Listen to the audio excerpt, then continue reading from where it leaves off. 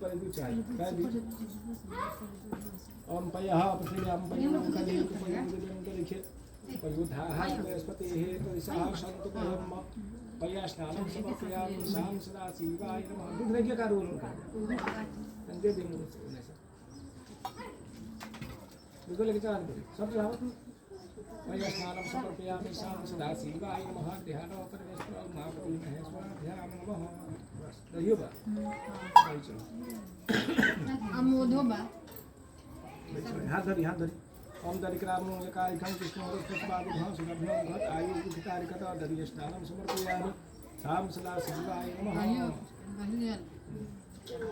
भिवो बा हां भिव चलो रिंगलीन ऐसे में चलो मत मत चलो पूजा में ओम मधुबातारितायते मधुक्षरप्रसिन्धवः माधुर्यः संततिः मदं मधुपार्थिव गोजः मधुदेवदसुरः पिता मधुमानव मधुमासु भेजा माधुर्य गावो मधुरः मधुस्नानं समर्पयामि लोटा से जल ढाड़ाओ मंदार माला कुलिकायकायै कपालमालां शेखरायै दिगंबरायै च दिगंबरायै नमः शिवायै हर हर ब्रह्म हरे बस फूल में गोर के चंदन चढ़ाई श्रीखंड चंदनम दिव्यम गंधारम सुमनोहरम बिल्हेपनम सुवाश्रेष्ठ चंदनम प्रतिगृहताम चंदनम समर्पयामि शाम सदा शिवाय नमः दुर्वक्ष अलंकरणार्थे अक्षतान समर्पयामि शाम सदा शिवाय नमः फूल चढ़ा दी माल्यादीनि सुगंधेनि मालात्यादीनि वैप्रहो मया हरतानि पुष्पाणि पूजार्थम प्रतिगृहताम बिल्पत्र त्रिदलम त्रिगुणाकारम त्रिविक्रम च व्यायुधम श्रीजम शंखार नयपत्रम सुगार्पणम भाग धतुर ओम विजयम धनुः अभिनो विशल्यो बाणवामुत अनेशं शिरायखम आभृश्य इखं रेहि भाग धतुर भोजन समर्पयामि दूध के फुंगा चढ़ा दे कांडा पुरोहंति मुखामुखपरि एवाम दुर्वे पतन सहस्रेण सतेन च दुर्वां पुराण समर्पयामि भाग धतुर भोजन समर्पयामि शाम सदा शिवाय नमः सिंदूर चढ़ाई देव सिंदूरम शोभनम रक्तम सौभाग्यम सुखवर्धनम कामदम मोक्षदम चैव सिंदूरम नन सेवा मीठे अबीर होने चढ़ा दी अबीर बा पार्वती जी को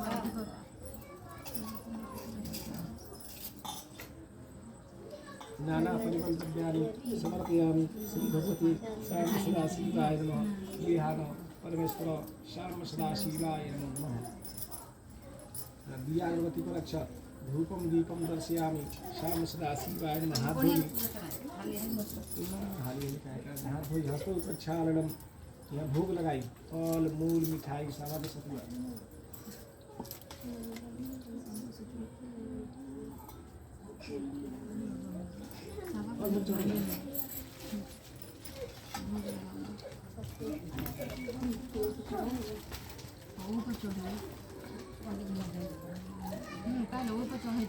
पोता ही चढ़ावा ना कौन दिक्कत नहीं करता मीठा के दर्द ओमना भ्यायासी संतरिक्षं शेषो देवहे समदरता ग्रहण मुक्ता प्रोचार्था लोकाकल्पना नहीं विद्यम नहीं विद्या तो फल ना हुए नहीं दिखा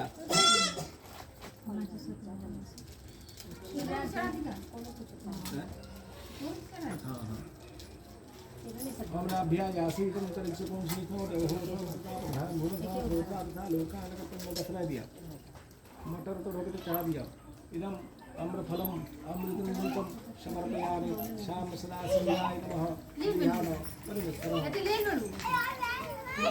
जल गिरा दी आचमनीयम जलम समर्पयामि शाम सदा शिवाय नमः पान के पत्ता को सही बा कर्णपत्रम तांबूलम यथा भाग नैवेद्यम समर्पयामि शाम सदा शिवाय नमः गृहाण परमेश्वर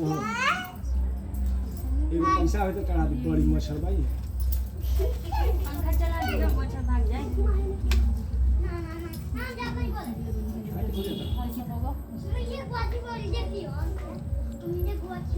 छोकरी सब सरिया कर फसल हमने के बीच हम तो ले लेंगे फसल भी अब कॉलर में ले जा खाली लाइची लॉन्ग लाइची ले आ जाओ ना के बहुत बढ़िया ना पान के पत्ता पसंद नहीं वाला ना ना पान के पत्ता लिए ना खराब हो गई ये मोदी हटा पंखा चलते चला लइका सब के चलते कौन हटा ना बिछो के बिछे के तनी सरिया दे सरिया दे कौन गिरा दे अब पानी लेता ना चाह ले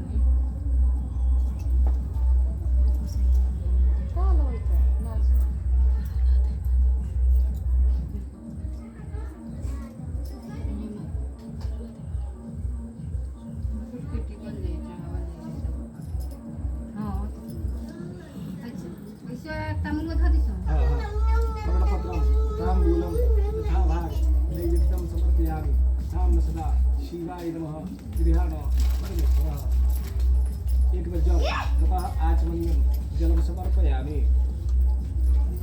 दक्षिणावतानि कृतायाः पूजायाः साधुनाथे द्रवदक्षिणां समर्पयामि शाम सदा शिवाय नमः तुल्यते प्रार्थना नमामि संसार निर्माण रूपम विभुंडापकम ब्रह्मवेदास्वरूपम निजम निर्गुणम निर्विकल्पम निरीहम चिदाकाशमाकाशवासम भरेहम निराकारमोंकारमूलम निरागारगोतीतमीशं गिरीशं करालं महाकालकालं कृपालं गुणागार संसार पारं नतोऽहं नमः पार्वती पतये हर हर महादेव।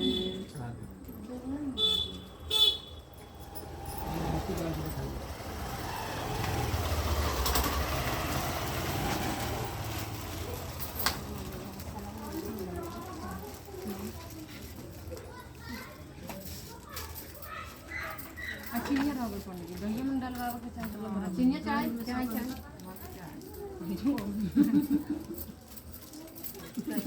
जल गिराई पहले एक बार जल गिरा बोली ना पंडित जी और दीपक से जला ना सलाई से नहीं खिलिया ना करो ओए बाटिया माची सलाह बाटे दे इधर ना हाथ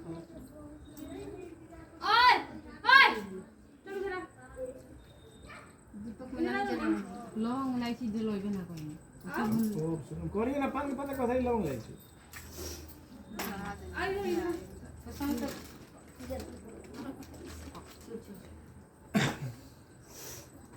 आराम आराम से दिखाई दिखाई लो हमने कितना देर तक 24 घंटा में के सोहे के बाद बिना पानी के और वो जल्दी जल्दी जल्दी जल्दी जल्दी हमरो तो साल आई बने हमको खाई नहीं चिवड़ा से ना ना कुछ ना खाई ये देखो हरि हे पजरणम में असुत शरीर गम संपकर्णकम आरती करा दे हमारे प्रजासन लोक संगमय संजने प्रजम बहुलम में करो तो हेतु अशबाद भक्तारा तिक्कम निबेरियाम शाम सदा से बाय करे बोला खो बोला कहां बनी है ओ राजेंद्र बैठा मार सकल अभी वो कहीं पले हो लेकिन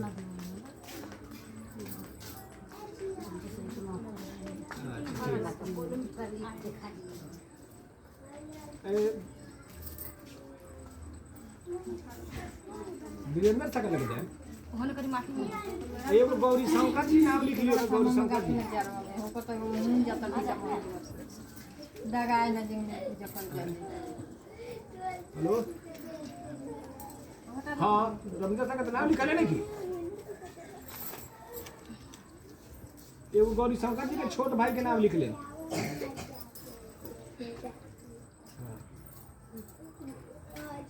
ठीक लिख ले याद कर एक और फूल की कथा सुन बकराती हो गई तो लगा फिर रात भर गोलियां रुकत है हां रोगा करा देती इतना मेहनत से शहर जानी सर और इंतजार करते करते इतना भी टाइम हो गया हम दिन जा रहे हैं तो मन तो रात ही चल तो रात भर का हो इन कोई सब आदमी के चलो हम करा देंगे सब 5 मिनट पूजा एक और फूल लेके था सूत जी कहते हैं कि मंदार की माला से दिन पार्वती का एक लाइट बार ना देखेगा माला से पार्वती का केश अलंकृत है और मुंडों की माला से शिव जी का अलंकृत है जो पार्वती जी सुंदर वस्त्र को धारण की है और जो शिव जी दिगंबर रंगे हैं ऐसी पार्वती तथा शिव जी को प्रणाम करता हूँ। रमणी कैलाश पर्वत के शिखर पर बैठी हुई पार्वती जी कहती है, हे महेश्वर, हमें कोई गुप्त व्रत या पूजन बताइए जो सब धर्म में उत्तम हो लेकिन मेहनत कम करना पड़े, फल अधिक मिले। शिव जी बोले, हे देवी सुनो, मैं तुमको एक उत्तम जो मेरा छिपाने योग्य है लेकिन तुम्हारे प्रेम में वशीभूत होकर मैं तुम्हें बताता हूँ। जैसे नक्षत्र में चंद्रमा, ग्रह में सूर्य, वर्णों में ब्राह्मण, देवता में विष्णु भगवान, नदियों में गंगा, पुराणों में महाभारत, वेदों में सामवेद और इंद्रियों में मन श्रेष्ठ है। सब पुराण और वेदों का सर्वस्व जिस तरह कहा गया है, मैं तुम्हें एक प्राचीन व्रत बताता हूँ, एकाग्र मन से सुनो। जिस व्रत के प्रभाव से तुमने मेरा आधा आसन प्राप्त किया है वह मैं तुमको बताऊंगा, क्योंकि तुम मेरी प्रेसी हो। भाद्रपद मास में हस्त नक्षत्र से युक्त शुभ तृतीया तिथि को अनुष्ठान मात्र करने से स्त्रियां सब पापों से मुक्त हो जाती है। हे देवी, तुमने आज के बहुत दिन पहले हिमालय पर्वत पर इस व्रत को किया था। वृतांत मैं तुमसे कहूँगा। पार्वती ने पूछा, हे नाथ, मैंने क्यों यह व्रत किया, यह सब आपके मुख से सुनना चाहती हूँ। शिव जी कहते हैं, भारतवर्ष के उत्तर की एक बड़ा रमणीक और पर्वतों में श्रेष्ठ हिमालय नामक पर्वत है। उसके आसपास तरह तरह की भूमियाँ हैं, तरह तरह के वृक्ष उस पर लगे हुए हैं। नाना प्रकार के पक्षी और अनेक प्रकार के पशु उस पर निवास करते हैं। वहाँ पहुँचकर गंधर्वों के साथ बहुत से देवता, सिद्धचारण और पक्षीगण सर्वदा प्रसन्न पर विचरते रहते हैं। वहाँ पहुँचकर गंधर्व गाते हैं, अप्सराएं नाचती हैं। उस पर्वत राज के कितने ही शिखर ऐसे हैं जिनमें स्फटिक रत्न और वैदिक मणि आदि की खानें पड़ी हैं। पर्वत ऊंचा तो इतना अधिक है कि मित्र के घर की तरह समझकर आकाश का उसके समस्त शिखर हमेशा बर्फ से ढके रहते हैं, जो गंगा जल की ध्वनि से सुनाई देती है। तुमने बालकाल में उसी पर्वत पर तपस्या की थी। 12 वर्ष तक तुम उल्टी टांग टांग कर केवल धुआं पीकर रही। 64 वर्ष तक सूखे पत्ते खा के रही।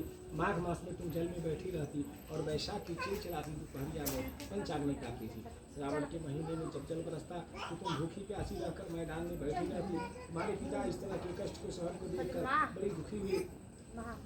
ये चिंता में पड़ गए कि अपनी कन्या किसको दूं। उसी समय नारद जी वहाँ जा पहुँचे। मुनि श्रेष्ठ नारद जी उस समय तुम्हें देखने को गए थे। नारद को देखकर गिरी ने अर्घपाद आसन आदि लेकर उनकी पूजा की और कहा, हे स्वामी, मैं विष्णु भगवान का भेजा हुआ आपके पास आया हूँ। आपको चाहिए कि यह कन्या रत्न किसी जोगवर को दे। भगवान विष्णु के समान जोगवर ब्रह्मा, इंद्र, शिव और इनमें से कोई नहीं है। मैं यही कहूँगा कि आप अपनी कन्या भगवान विष्णु को देंगे।